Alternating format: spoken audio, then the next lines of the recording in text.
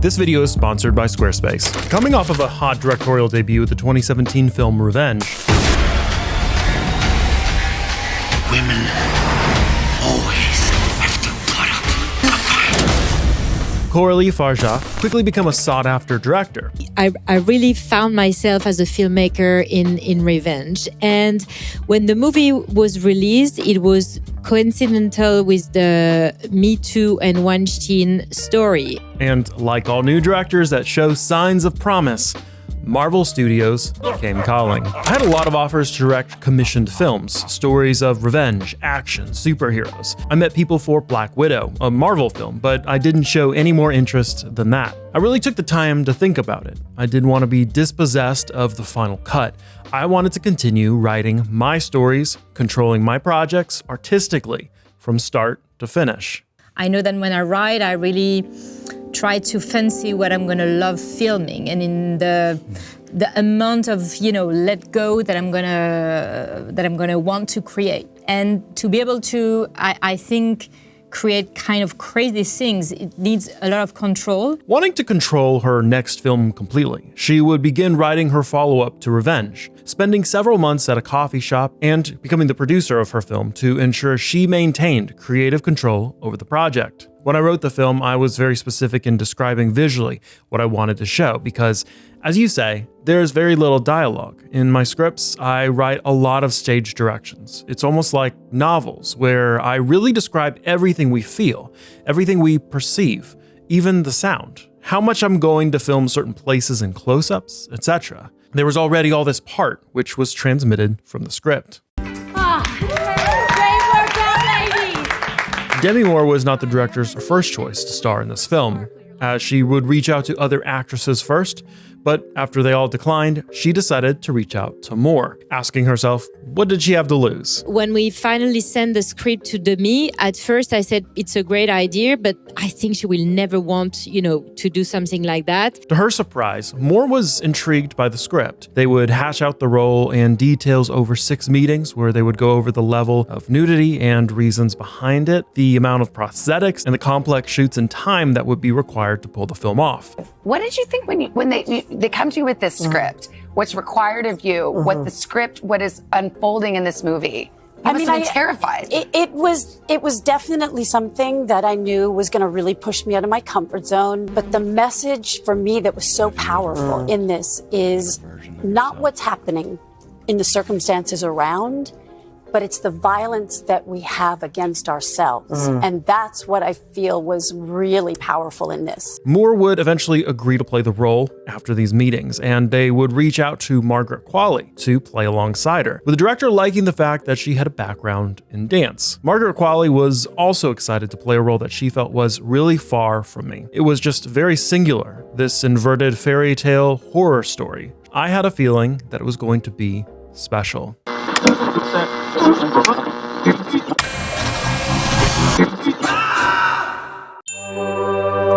Today's sponsor, Squarespace, knows a thing or two about transitions. Transitioning from an old and dated way of creating a website to a modern system powered by their Fluid engine. Just click, drag, and drop assets wherever you'd like and hit save. You can even add fun transitions from one section of the page to the next. Need a place to host all your business information, or perhaps you want to show off work in a professional space? Take a look through one of Squarespace's many templates that can get you started no matter what industry you're in. And also easily allow clients to book you for appointments with their easy-to-use scheduling system. Start the transition process over to Squarespace today and head to squarespace.com/FrameVoyager right now to get 10% off your first purchase of a website or domain using the code FrameVoyager. Now, let's get back to some transitions.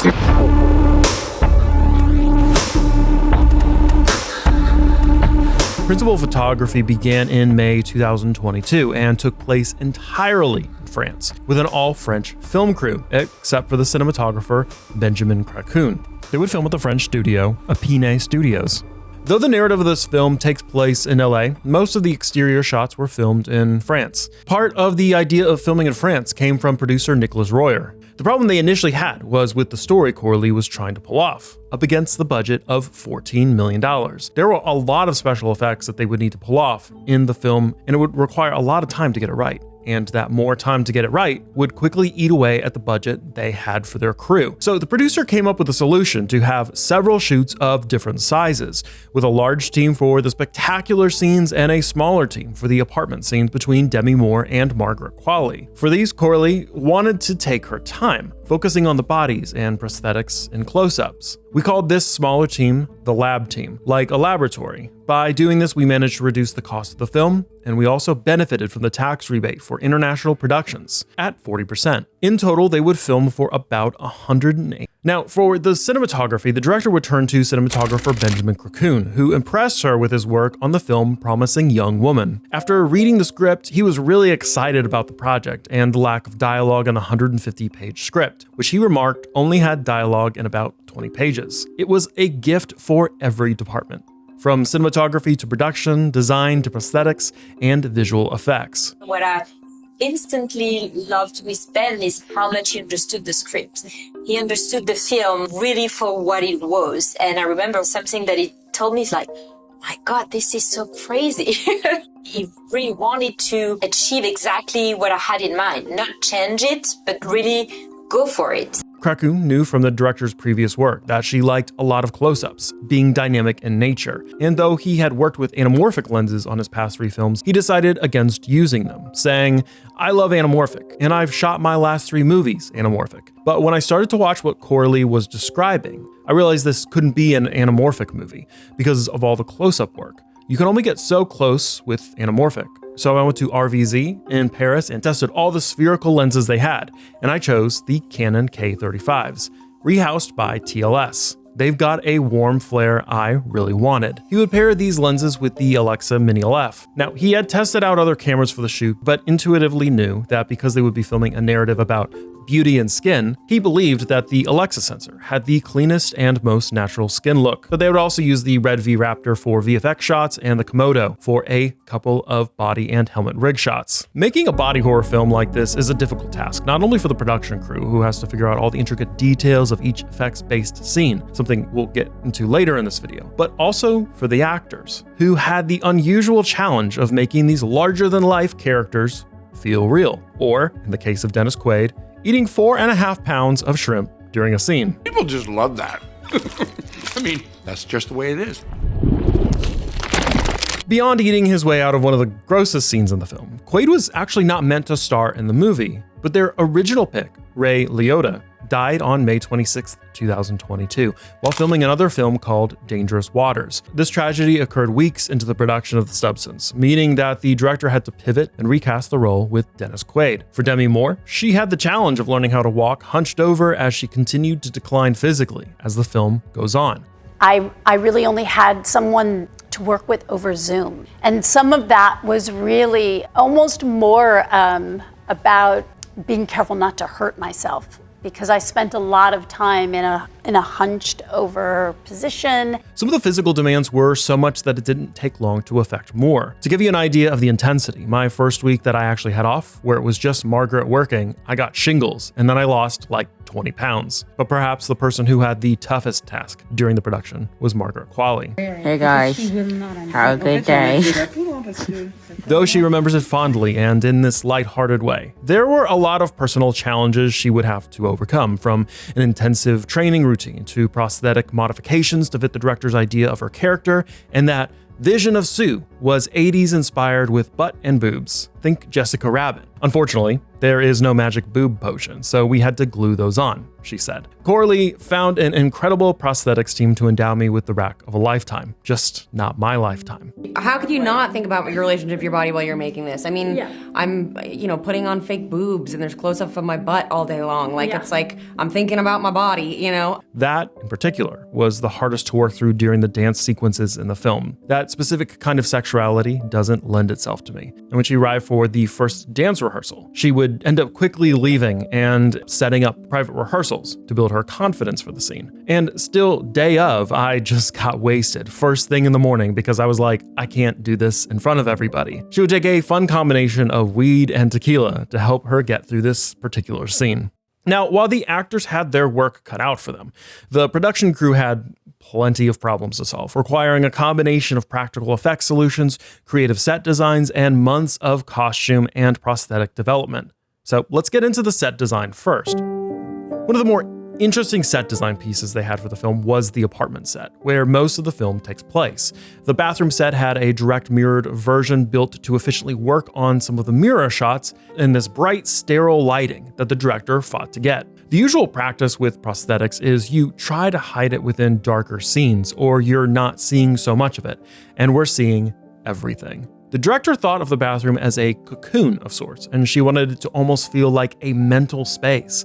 And I wanted it to feel very abstract, stylized, and almost empty. I remember my production designer asking, "Are you sure you don't want any furniture in the bathroom at all?" And I said yes, because it doesn't mean to be a realistic place. Yes, but this is meant to have no filter. It's meant to have you facing with yourself, with the reality of yourself, of your body, with nothing that makes you look better, or, it's like just the mere you. This is simply a better version of yourself. Lastly, the main feature of the apartment was the large panoramic window that overlooks the city. At first, Qualley wanted to have that background filled out by LED screens, like a volume set. But after researching them, he decided against it, running into the fact that LED screens don't work well for the daylight scenes that he knew they were going to be filming. We weren't making a technical sci-fi film. We wanted something unique to our film, timeless.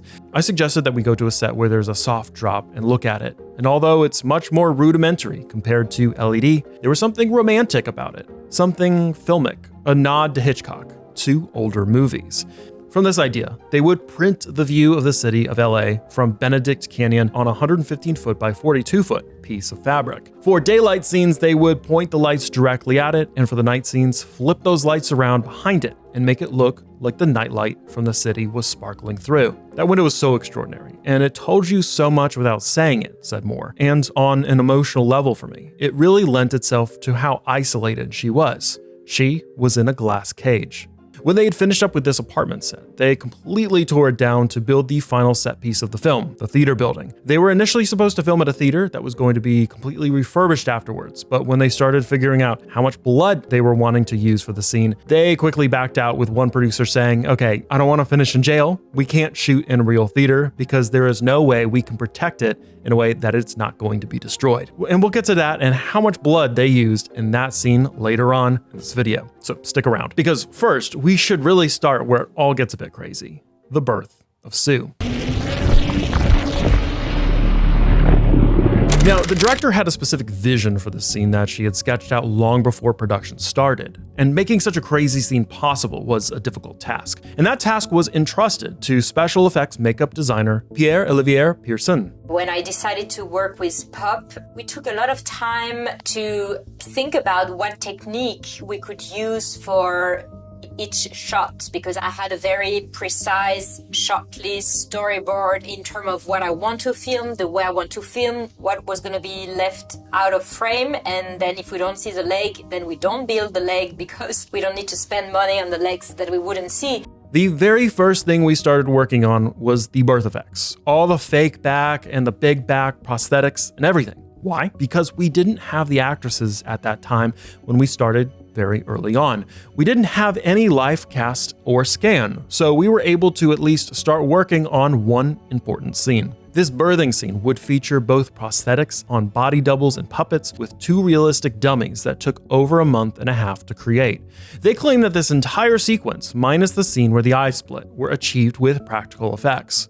Benjamin Qualley spoke to this challenge, saying, "The prosthetics in the birth sequence were shot in the lab in an almost tabletop setup where we had the whole torso and part of the bathroom set. With prosthetics and live effects, you're always limited to the size of what you're given, whether it's a tabletop or part of the body, but you don't want that to influence the way you shoot the scene." They would shoot multiple takes, switching from the dummies to the prosthetics on the body doubles and the prosthetics on the actors. However, they had to ensure they were fully prepared for all their shots because they had a limited number of prosthetics and mannequins to use. So how many fake backs do we need? Because also once you use one fake back for one effect, it's destroyed. destroyed and you can't use it for the next shot. For Demi Moore, she would slowly undergo a transformation throughout the film, from a bad finger to a bad mangled leg to full on, as the director described it, Gollum.